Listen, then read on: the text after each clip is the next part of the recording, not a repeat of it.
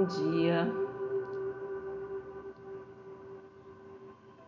Bom dia quem está chegando. Bom dia, Elisângela. Bom dia, Rômulo. Bom dia. Bom dia, Estelinha. É um prazer estar aqui novamente com vocês, para a gente refletir um pouquinho a respeito do Evangelho de Jesus.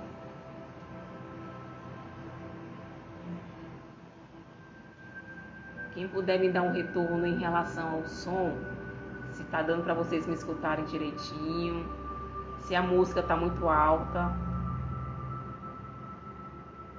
ou se está bom.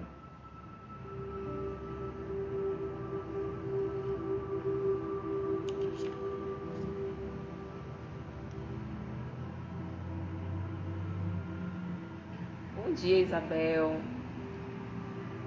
Está ok. Obrigada, meu amor. Bom, eu me chamo Lana, sou voluntária do Lex. Hoje a gente vai dar continuidade aí ao nosso Evangelho no Lar, né? Nós estamos refletindo a respeito do item 10, tá? Instruções dos Espíritos, a verdadeira propriedade, no capítulo 16. Não se pode servir a Deus e a Mamon. Obrigada, Rom. Obrigada, Elisângela. Bom dia para quem está chegando. Sejam todos muito bem-vindos. É sempre bom a gente se reunir, né? Ter esse momento de reflexão. Eu sempre sou muito grata por estar aqui aprendendo junto com vocês esses ensinamentos. Antes da gente iniciar o nosso Evangelho, eu vou ler uma pequena mensagem. Bom dia, Jaqueline. Que é distribuída pelo próprio Lex. Por coincidência, né? Na verdade, eu não acredito muito em coincidência. Eu fui pegar o meu livrinho dos Espíritos para poder ler a respeito da nossa passagem de hoje também. E essa mensagem caiu do livro. E aí, quando eu fui ler essa mensagem, ela casa direitinho com o tema que nós vamos trabalhar hoje. Não se pode servir a Deus e a Mamon, a verdadeira propriedade, item 10. Tá? Então eu vou fazer a leitura dessa mensagem. Em seguida a gente passa para a nossa prece e a seguir a mensagem do Evangelho. Tá bom? A grandeza de oferecer-se. Dá a quem te pedir e não lhes volteis as costas. Mateus capítulo 5, versículo 42. Quem pede, deseja receber, seja por motivo material ou espiritual. Negar quem nos pede é nos esquivarmos diante das oportunidades que o Criador nos oferece de pôr em prática suas leis de amor. Por mais que queiramos viver distante dessas leis, não conseguiremos, porque elas são uma necessidade para que o vazio existencial seja preenchido. Muitos, nesse momento, estão tentando preenchê-los com futilidades, quimeras que o mundo oferece e depois pede de volta.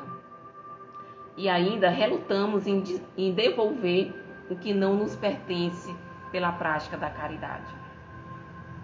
É preciso entender que os verdadeiros bens estão dentro de cada um de nós. Os bens exteriores estão envolvidos pelo verniz das ilusões, que um dia deixarão de brilhar, após ter nos conduzido aos abismos cada vez mais profundos das desilusões. Aquele que se oferece está pronto também para receber e doar-se cada vez mais pela causa. Todas as vezes que oferecemos algo ao irmão de caminhada, as nossas mãos não voltam vazias. Trazemos sempre algo que fará a diferença nos dias que costumamos exigir mais de cada um de nós. Jobrani, do livro Pétalas da Vida, distribuição gratuita da Casa do Samaritano. Então vamos agora fazer a nossa oração inicial. Quem se sentir melhor pode fechar os olhos. conectar com a espiritualidade amiga, a equipe espiritual da Casa do Samaritano, que está conosco nesse trabalho do Evangelho no Lar. E nesse instante, com o coração cheio de gratidão, agradecemos ao Mestre Jesus pela oportunidade de estarmos aqui reunidos, refletindo sobre os seus ensinamentos. Que esses ensinamentos possam penetrar no fundo da nossa alma e que a gente possa senti-los, traduzindo-os em ações e comportamentos. Pedimos à espiritualidade amiga que esteja presente no lar de cada um de nós, nos envolvendo a todos os nossos familiares, amigos, vizinhos, para que sintam em seu coração a energia emanada aqui desse Evangelho. Que essa energia bendita de amor, de equilíbrio, de paz, possa se estender aos hospitais, aos orfanatos, aos asilos, aos irmãos em situação de rua, que todos sejam contemplados e envolvidos nessas energias de amor. Peço nesse instante a permissão para iniciarmos mais um Evangelho do Lar Espírita Casa do Samaritano. Que assim seja. Que bom, Jaqueline. Fico muito feliz. Bom, sejam bem-vindos, bom dia para quem está chegando. E vamos continuar. No domingo passado foi trabalhado o item 9. E nós vamos dar continuidade aí no capítulo 16, Não se pode servir a Deus e a Mamon, o item 10, bom? Instruções dos Espíritos. Os bens da terra pertencem a Deus, que os distribui a seu grado, não sendo o homem senão o usufrutuário, o administrador mais ou menos íntegro e inteligente desses bens.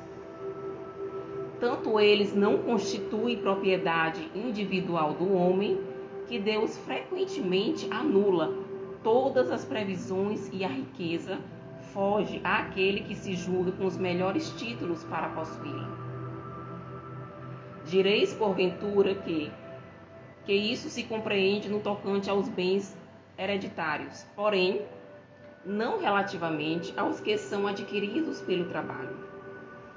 Sem dúvida alguma, se há riquezas legítimas, são essas últimas, quando honestamente conseguidas.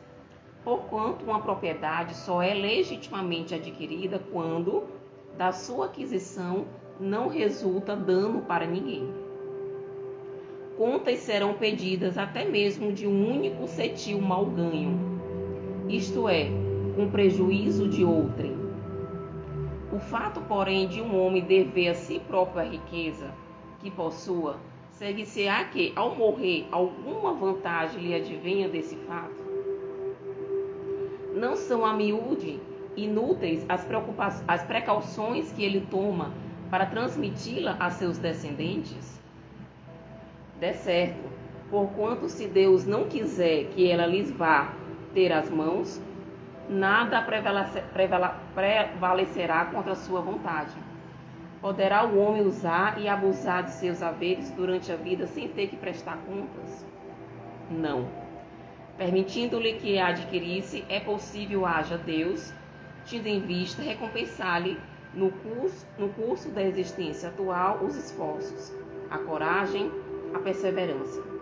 Se, porém, ele somente os utilizou na satisfação dos seus sentidos, do seu orgulho, se tais haveres se lhe tornaram causa de falência, melhor fora não os ter possuído, visto que perde de um lado o que ganhou do outro, anulando o mérito de seu trabalho. Quando deixar a terra, Deus lhe dirá que já recebeu a sua recompensa. M. Espírito Protetor, Bruxelas, 1861. Bom, a gente pode começar refletindo a respeito do título desse capítulo, né? Que é bem interessante. Não se pode servir a Deus e a Mamon. Muitas vezes a gente se questiona, mas quem é Mamon? Ou o que é Mamon?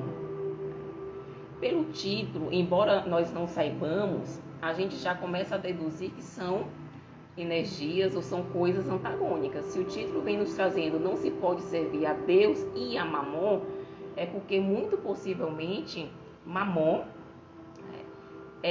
traz algo ou alguma energia ou alguma ideologia, que diverge dos ensinamentos cristãos, dos ensinamentos divinos. Tá? Numa rápida pesquisa que eu fiz, esse termo Mamon, ele pode tanto significar o Deus relacionado à riqueza, à cobiça, mas no seu sentido mais estreito, ele pode estar relacionado ao aspecto realmente financeiro, no sentido mais restrito. Muitas vezes ele é utilizado na Bíblia para descrever algo relacionado à riqueza, para descrever algo relacionado a bens materiais, a cobiça, a energias voltadas, relacionadas justamente aí com o uso de bens materiais, mas aquele uso inapropriado, aquele uso dos bens materiais que muitas vezes nos impulsiona ao desenvolvimento de vícios, nos impulsiona muitas vezes a energias voltadas ao sexo, à sensualidade. Então, esse termo Mamon, ele pode significar tanto dinheiro, no seu sentido mais restrito, quanto também a aquisição de posses, de bens materiais, no seu sentido mais amplo. Tá? Então, pelo título, a gente já consegue aí perceber que nós precisamos escolher. À medida que a gente escolhe um caminho, a gente, vamos dizer assim, coloca o outro de lado. E nós temos dois caminhos a seguir. Nós temos aquele caminho dos ensinamentos cristãos, das leis divinas, e podemos também, pelo nosso livre-arbítrio, nós temos o nosso livre-arbítrio, escolher um caminho que não seja ligado aos ensinamentos cristãos, no caso, a Mamon. Então, vem aí numa metáfora como se fosse dois senhores. Deus, no sentido que a gente conhece, aquela energia, que nós conhecemos, e o Deus relacionado a Mamon, que está ligado aí ao consumo desenfreado dos bens terrenos. Tá? Então, quando o Evangelho nos traz não se pode servir a Deus e a Mamon, é justamente por isso. Nós não conseguimos servir a dois senhores ao mesmo tempo. Nós não iremos conseguir, ao mesmo tempo, ter uma conduta evangélica cristã pautada nos ensinamentos de Jesus e, ao mesmo tempo, estar numa conduta pautada em vícios, na aquisição desenfreada de bens terrenos, na falta de caridade, no uso inapropriado desses bens terrenos. Então, o problema é quando o dinheiro toma o lugar de Deus, muitas vezes, que a gente esquece que os bens terrenos que nós temos aqui, eles são temporários. Nós não estamos aqui, nós não encarnamos com o objetivo de acumular bens, com o objetivo de acumular riquezas. Nós encarnamos com o objetivo da nossa evolução espiritual, do nosso aprimoramento moral. E muitas vezes a gente, na correria do dia a dia, voltados apenas para a posse, a aquisição desses bens materiais, nós nos preocupamos apenas em acumular esses bens, em trabalhar para acumular, para usufruir desses bens, para satisfazer somente os desejos da carne, para satisfazer somente os nossos vícios, sejam vícios morais, sejam vícios carnais. E muitas vezes nós esquecemos que nós precisamos do nosso aprimoramento espiritual. O nosso objetivo é esse. Né? Isso não quer dizer, o Evangelho em momento algum, ele diz que os bens eles não são importantes. Eles são sim, nós precisamos dele. Nós estamos no mundo material e nós precisamos da matéria. Né? Seja da matéria corporal, seja dos bens terrestres, para que a gente possa, durante esse tempo que nós estamos aqui, evoluir. Entretanto, o X da questão é como nós utilizamos esses bens, como nós adquirimos esses bens. Será que nós temos a consciência de que esses bens materiais, tudo que tem preço, não nos pertence? Será que nós já temos essa consciência? Porque é justamente isso que o Evangelho vem trazer. Kardec, ele relaciona esse termo mamon justamente ao império das coisas materiais, aos prazeres desequilibrados da carne, que muitas vezes a gente se coloca e não percebe. Então, os bens materiais, eles são extremamente importantes, mas nós vamos precisar prestar conta do modo como nós adquirimos esses bens, do modo como nós adquirimos as posses, as fortunas, as riquezas. Nós vamos precisar prestar conta de como nós utilizamos em benefício nosso e principalmente em benefício de outrem. Por quê? Porque justamente a mensagem central, a ideia central dessa mensagem, qual é a nossa verdadeira propriedade? O que de fato é nosso? Nós precisamos ter a consciência de que tudo que a gente encontrou quando chegou aqui nesse plano terrestre, e que ao retornar à pátria espiritual a gente não leva nada, nada disso nos pertence. Então, a nossa verdadeira propriedade são os valores que nós trabalhamos dentro de nós, são os sentimentos, são as ações exteriorizadas. Então, são todos aquelas virtudes que nós desenvolvemos ao longo da nossa caminhada aqui e que ao retornar à pátria espiritual, ninguém nos tira. Ela vai conosco. Todas essas virtudes irão conosco. Todas as boas ações, como aquelas ações também que foram negativas. Isso, de fato, é o que nos pertence. Isso, de fato, é a nossa posse. Então, se nós já temos essa consciência de que a casa que eu tenho, o carro que eu tenho, todo e qualquer bem material que eu conquistei, ainda que seja por mérito próprio, honestamente, sem fazer mal a ninguém, pelo meu suor, eu fui lá, trabalhei, conquistei, ainda que por isso ele não é meu verdadeiramente, ele está numa posse temporária, ele está sob a minha posse temporariamente, como usufruto. Por que eu vou gastar muito mais a minha energia para acumular esses bens que vão ficar aqui, que não são meus, se eu posso concentrar essa energia numa maior proporção em acumular os bens da alma, os tesouros da alma, que são os verdadeiros tesouros, que são essa a verdadeira riqueza que a gente leva para onde a gente for. Então o Evangelho ele deixa aqui bem claro que tudo que tem preço, tudo que é material, não nos pertence verdadeiramente.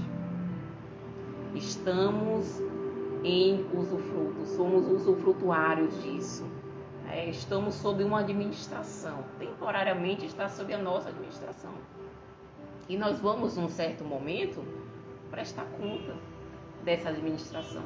Como nós administramos esses bens? O quanto de caridade nós conseguimos fazer com o que nós temos hoje? Que benefícios morais eu extraí desses bens, tanto para mim, para a minha evolução espiritual, para a capacitação, para a inteligência, tanto relacionado a mim quanto ao meu próximo. Então, essa prestação de contas, em algum momento, ela vai vir. Então, é necessário que nós movamos esforços, sim, para que a gente possa adquirir os nossos bens, com muita luta, com honestidade, com muito trabalho, com muito suor, para que a gente possa impulsionar a lei do progresso. A lei do progresso é justamente essa. Nós precisamos do trabalho para progredir, para auxiliar aqueles que estão ao nosso redor. Mas que não esqueçamos, principalmente, de acumular os bens da alma, de acumular os bens espirituais, os bens, os valores que vão nos impulsionar ao progresso moral. A Jaqueline diz o seguinte: assim como nós apenas estamos aqui, aquilo que temos também apenas nos é emprestado para viabilizar a nossa evolução. Exatamente, Jaqueline. Muitas vezes a gente tem uma ideia distorcida disso, Nós achamos equivocadamente que estamos aqui no mundo terreno, precisamos ali acumular bens materiais desenfreadamente, esquecemos muitas vezes de cuidar do nosso espírito, da nossa alma, achamos que temos privilégios no mundo espiritual, muitas vezes por ter grandes posses terrenas, ter muitos bens, quando nada disso é verdade. Na verdade, isso é uma ilusão, tá? Quando voltarmos ao mundo espiritual, aqui no final da mensagem, o Evangelho ele é bem claro, Não existe nenhum tipo de privilégio para quem teve riquezas, posses, bens aqui no mundo terreno. Não existe no mundo espiritual esse privilégio. Então, quando a gente se despe desse corpo carnal, quando a gente retorna à pátria espiritual, nós estamos todos na mesma condição. Aqui na Terra, a gente sabe que tem os privilégios, a gente sabe que tem as desigualdades, as titulações, mas na pátria espiritual, o que vai diferenciar um do outro é justamente a sua grandeza moral. É justamente o acúmulo de valores, de virtudes que ele conseguiu desenvolver aqui na Terra. E não os bens terrenos que ele acumulou, as titulações que ele teve, o status social que ele teve aqui na Terra. Isso não vale de nada lá no mundo espiritual. Tá? Então, Emmanuel nos diz que, como o reino de Deus ainda não é da terra, não se pode satisfazer a Jesus e ao mundo a um só tempo. O vício e o dever não se aliam na marcha diária. O que isso quer dizer? Nós temos o vício, nós temos o dever. E nós temos dois caminhos a escolher. Cabe a nós, com a nossa consciência, com a nossa força de vontade, com a nossa fé, saber escolher, de fato, qual o caminho que me permitirá desenvolver aí a verdadeira propriedade, que são as nossas virtudes. Já sabemos que o caminho do vício não é uma boa escolha. Na medida que eu escolho um, automaticamente eu elimino o outro. Tá? Emmanuel, ainda no livro Palavras da Vida Eterna, psicografado por Chico Xavier, ele nos diz o seguinte: lembra-te de que amanhã restituirás à vida o que a vida te emprestou. em nome de Deus, e que os tesouros do teu espírito serão apenas aqueles que houveres amealhado a ti próprio, no campo da educação e das boas obras. Então, mais uma vez, fica bem claro que somente nos pertence os tesouros do Espírito. O que a gente conseguiu fazer em benefício próprio e em benefício do outro, principalmente. Porque quando Deus nos dá a possibilidade de passarmos aqui na Terra pela aprovação da riqueza, porque a riqueza, assim como a pobreza, ela também é uma aprovação. E tão difícil quanto a pobreza. Porque a gente pode pensar assim, mas é tão fácil ter tudo, né? Tudo que a gente quer comprar, a gente pode ter acesso a tudo. Mas nós precisamos entender que a riqueza, muitas vezes, ela nos impulsiona, vamos colocar assim, ao acesso mais fácil a futilidades, a vícios, a inutilidades, a desenvolver muitas vezes sentimentos e ações pautadas no orgulho, na luxúria. Então isso pode muitas vezes trazer aí consequências negativas para aquele espírito. Então Emmanuel, ele nesse livro, nessa passagem, ele reforça o que o Evangelho nos ensina. A nossa verdadeira propriedade é justamente o que nós fazemos com a riqueza que nós temos. Quais são os valores que nós conseguimos cultivar com os bens que nós temos? O que nós conseguimos progredir por meio desses bens?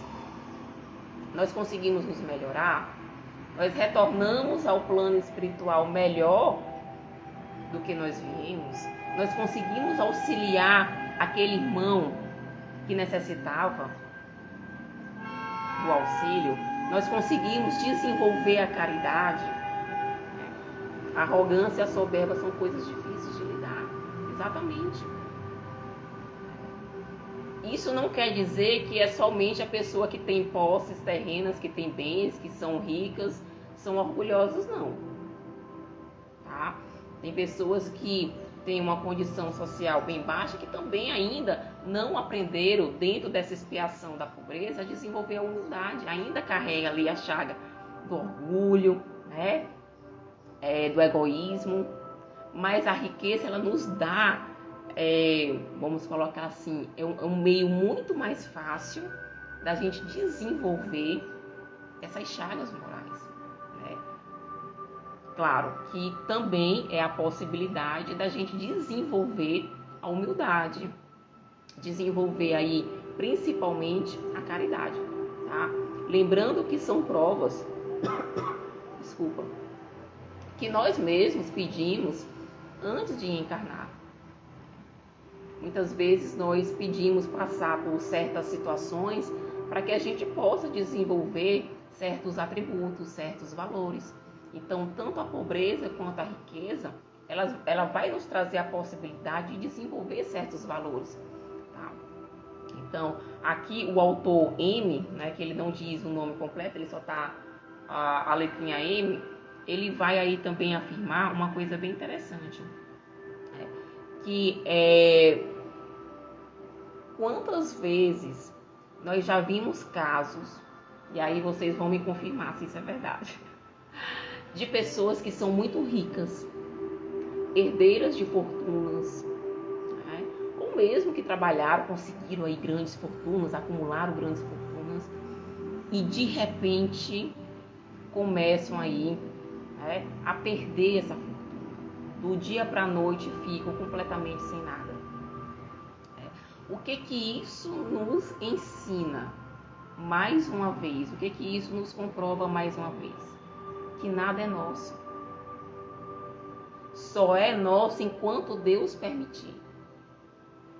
No momento que Ele achar que nós não precisamos mais, que aquilo vai nos causar um mal maior do que um bem, ou que nós não merecemos mais, essa situação muda. Então, é mais uma comprovação de que não precisamos dar aos bens terrenos a riqueza, a importância que ela não tem. Ela é importante, mas não muitas vezes como algumas pessoas enxergam, que colocam os bens e as riquezas terrenas acima dos valores espirituais, quando na verdade é o inverso. A verdadeira vida não é essa. Nós estamos aqui num curto tempo. Num piscar de olhos, nós voltamos à nossa verdadeira vida, que é a pátria espiritual. Lá sim, nós vamos usufruir da nossa verdadeira propriedade, que é nossa de fato. Nós temos a posse de fato, que são os nossos valores. São as consequências positivas ou negativas das nossas ações. Essa sim é a nossa verdadeira propriedade. No Livro dos Espíritos, na terceira parte ali das leis morais, Kardec ele vai fazer algumas perguntinhas bem interessantes. Ele pergunta assim: por que Deus a uns concedeu as riquezas e o poder e a outros a miséria? E aí os espíritos respondem: para experimentá-los de modos diferentes. Além disso, como sabeis, essas provas foram escolhidas pelos próprios espíritos, que nelas, entretanto, sucumbem com frequência. Olha só, muitas vezes nós escolhemos as nossas provas, ajudamos a fazer o nosso planejamento reencarnatório, mas muitas vezes nós mesmos somos as vítimas do que nós pedimos. Na questão 815, qual das duas provas é mais terrível para o homem? A da miséria ou a da riqueza? E os espíritos respondem: são, no tanto, uma quanto a outra. A miséria provoca as queixas contra a providência, e a riqueza incita a todos os excessos. Então, em ambas as provas, nós precisamos ter muito cuidado, porque ambas são provas muito difíceis. Então, tanto a miséria quanto a riqueza, elas podem, dependendo da maneira como nós encaramos, da consciência que nós temos diante dessas provas, elas podem aí nos levar ao abismo, adquirir débitos nessa existência. Tá? E na questão 816 ele pergunta: estando o rico sujeito a maiores tentações, também não dispõe, por outro lado, de fazer mais meios de fazer o bem? E os espíritos respondem: mas é justamente o que nem sempre faz. Torna-se egoísta, orgulhoso e insaciável. Com a riqueza, suas necessidades aumentam, e ele nunca julga possuir o bastante para si. E é aí justamente onde, muito possivelmente, esse irmão pode cair aí num abismo, adquirindo ainda mais débitos para a sua vida. Então, muitas vezes a gente se pega pensando: como eu gostaria de ser rico, como eu gostaria de ganhar na Mega Sena, ser milionário, muitas vezes, E a gente esquece que a riqueza, em muitas situações, ela é justamente algo que vai trazer consequências negativas para a vida daquele irmão. Então, às vezes é melhor que a gente passe assim por certas privações, que a gente não tenha tudo que a gente deseja, que a gente tenha motivação para trabalhar cada vez mais, acordar cedo, ir lá trabalhar, suar, estudar, se aprimorar, porque a gente não sabe o que poderia acontecer conosco se nós fôssemos realmente aí donos de fortunas. Que perigos estão ali espreitando para nos alcançar? Como na mensagem que eu li no início, são ilusões da vida material. E as ilusões, com certeza, elas trazem consequências. Quantas vezes também nós já vimos pessoas que têm tudo, que não lhe falta nada, que não passa por nenhum tipo de necessidade, nenhum tipo de privação. No entanto, não são pessoas felizes. Vivem numa eterna tristeza. Parece que está faltando alguma coisa. Por quê? Porque em termos materiais, ela tem tudo. Mas a sua alma, muitas vezes, ela não está preenchida. Há um vazio na alma. Ela tem tudo materialmente falando. Mas as riquezas do espírito, será que ela tem? Será que ela também buscou conquistar do mesmo jeito que se empenhou em conquistar, em acumular os bens materiais? Quantos irmãos que têm tudo, financeiramente falando, infelizmente, saem desse mundo pelas portas do suicídio? Entram em depressão. Por quê? Porque muitas vezes, claro que nós sabemos que a depressão ela é uma doença, sim. Mas há também o vazio da alma, o fator ali existencial. Juntando aí uma coisa com a outra, que influencia. Então, muitas vezes, esse vazio que ele não é preenchido por um carro novo, ele não é preenchido por uma casa que eu compro, ele não é preenchido por uma viagem ao exterior. Ele só vai ser preenchido na medida que eu vá ali me conhecendo, tendo esse autoconhecimento, fazendo essa viagem interior, buscando o que realmente eu preciso para essa existência. Quais são os valores que vão me sentir cheios, preenchidos. Então, meus irmãos, para a gente finalizar aqui esse evangelho, que a gente possa refletir. O evangelho, ele em nenhum momento, ele condena a riqueza. Em nenhum momento ele diz que nós não devemos trabalhar. Pelo contrário, nós devemos sim trabalhar, conquistar os nossos bens materiais. Inclusive ele diz que é mérito daquela pessoa que adquiriu fortunas trabalhando honestamente. É mérito dessa pessoa, tá? Mas nós precisamos estar vigilantes e conscientes de como nós empregamos esses bens materiais, essa fortuna, tanto em benefício nosso quanto em benefício de outrem. Lembrando sempre, a nossa verdadeira propriedade, ela não se encontra em bens materiais, em bens terrenos. Porque estamos em usufruto, administrando temporariamente esses bens. Quando retornarmos à pátria espiritual, não levaremos nem a roupa do corpo. Levaremos somente os valores que foram cultivados aqui na Terra. Então, me veio algo agora em mente, que é algo bem interessante. Às vezes nós temos, equivocadamente, aquela frasezinha que diz, é meu esposo, é minha esposa, é meu filho. Não. Ninguém é propriedade de ninguém. Inclusive os filhos não são nossos. Deus empresta filhos a outros filhos para que temporariamente eles possam criar, educar, desenvolver valores e atributos ali realmente verdadeiros, para no retorno ter também a prestação de contas.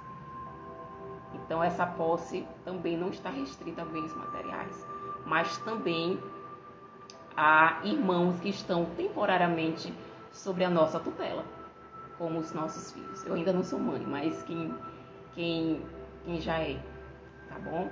Então, que tenhamos essa consciência, que possamos aí auxiliar aqueles que estão ao nosso redor, tá?